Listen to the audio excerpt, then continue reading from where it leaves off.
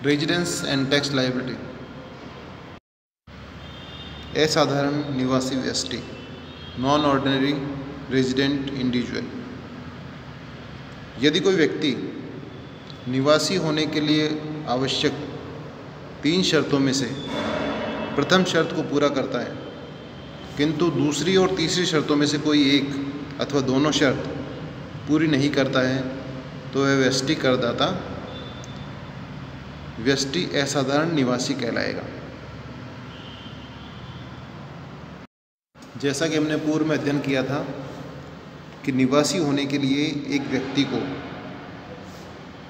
3 आवश्यक शर्तें पूरी करना आवश्यक होता है। प्रथम शर्त में 2 परिस्थितियां बताई गई थी, जिनमें से किसी एक के पूरे होने पर प्रथम शर्त पूरी मानी जाती है।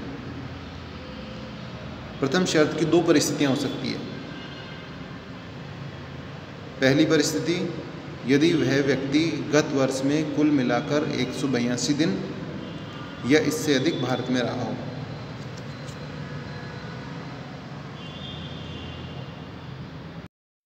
दूसरी परिस्थिति हो सकती है, यदि वह व्यक्ति गत वर्ष के तुरंत पहले के 4 वर्षों में कुल मिलाकर 365 दिन या इससे अधिक भारत में रहा हो और गत वर्ष में भी कम से कम 60 दिन भारत में रहा हो। यहाँ पर भी करदाता का 365 दिन या 60 दिन लगातार रहना आवश्यक नहीं है। अब दूसरी शर्त है, यदि वह व्यक्ति गत वर्ष के तुरंत पहले के 10 वर्षों में कम से कम 2 वर्ष के लिए भारत में निवासी रहा हो। दूसरे शब्दों में, उसने 10 वर्षों में से 2 वर्ष के लिए उपरोक्त प्रथम शर्त को पूरा किया। तीसरी शर्त है, यदि वह गत वर्ष से तुरंत पहले के 7 वर्षों में कुल मिलाकर 730 दिन या इससे अधिक भारत में रहा हो।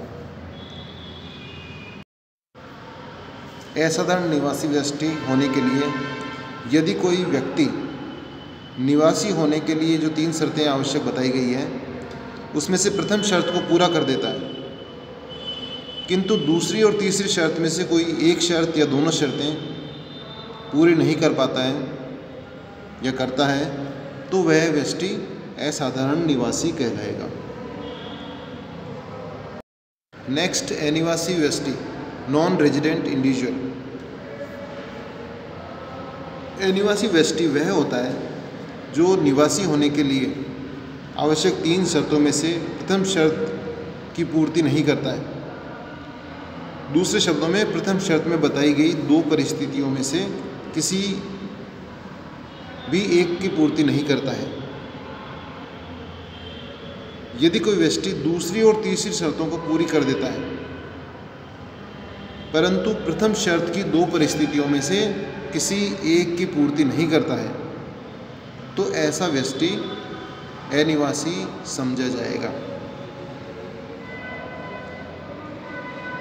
अतः हम कह सकते हैं कि कोई व्यष्टि निवासी होने के लिए 3 आवश्यक शर्तों में से प्रथम शर्त की किसी भी परिस्थिति को पूरा नहीं करता है और सेकंड और थर्ड की जो परिस्थितियां बताई गई है, जो शर्तें हैं, उनको पूरी कर देता है, तो वह व्यष्टि अनिवासी करदाता कहलाएगा।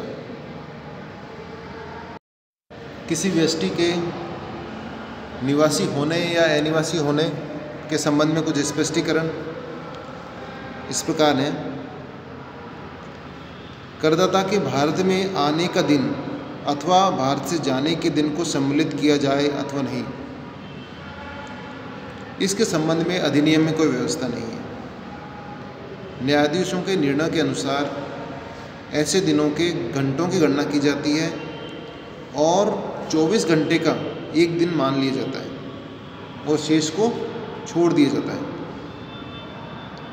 अर्थात जब करदाता भारत में आया और जिस दिन भारत से गया, उनको निवासी के संबंध में जो गणना की जाएगी उसके दिनों की, उसमें जोड़ा जाए अथवा नहीं जोड़ा जाए, इस संबंध में अधिनियम में कोई व्यवस्था नहीं है। न्यायाधीशों ने जो निर्णय दिया है उसके अनुसार ऐसे दिनों की घंटों की गणना की जाती है और 24 घंटे को एक दिन मान लिया जाएगा, शेष को छोड़ दिया जाएगा।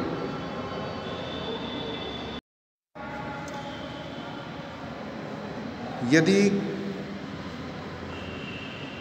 आने जाने का समय नहीं दिया गया हो तो उस दशा में आने और जाने के दिनों को भारत में रहने के दिनों में सम्मिलित किया जाएगा।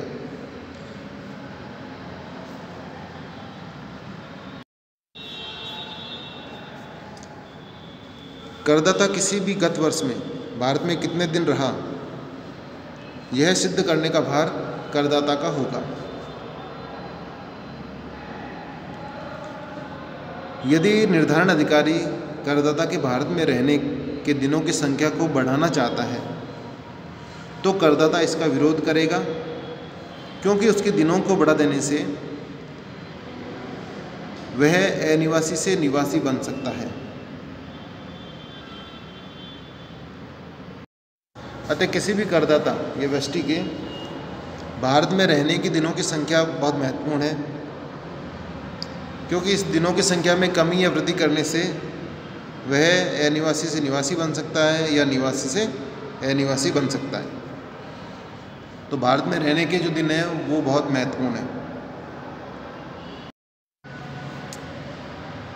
किसी करदाता ने पिछले वर्षों में निवासी होने की प्रथम शर्त पूरी की थी अथवा नहीं, इसके लिए उस वर्ष के नियमों के अनुसार निर्णय लिया जाएगा कि उस वर्ष निवासी या अनिवासी होने के लिए क्या नियम थे।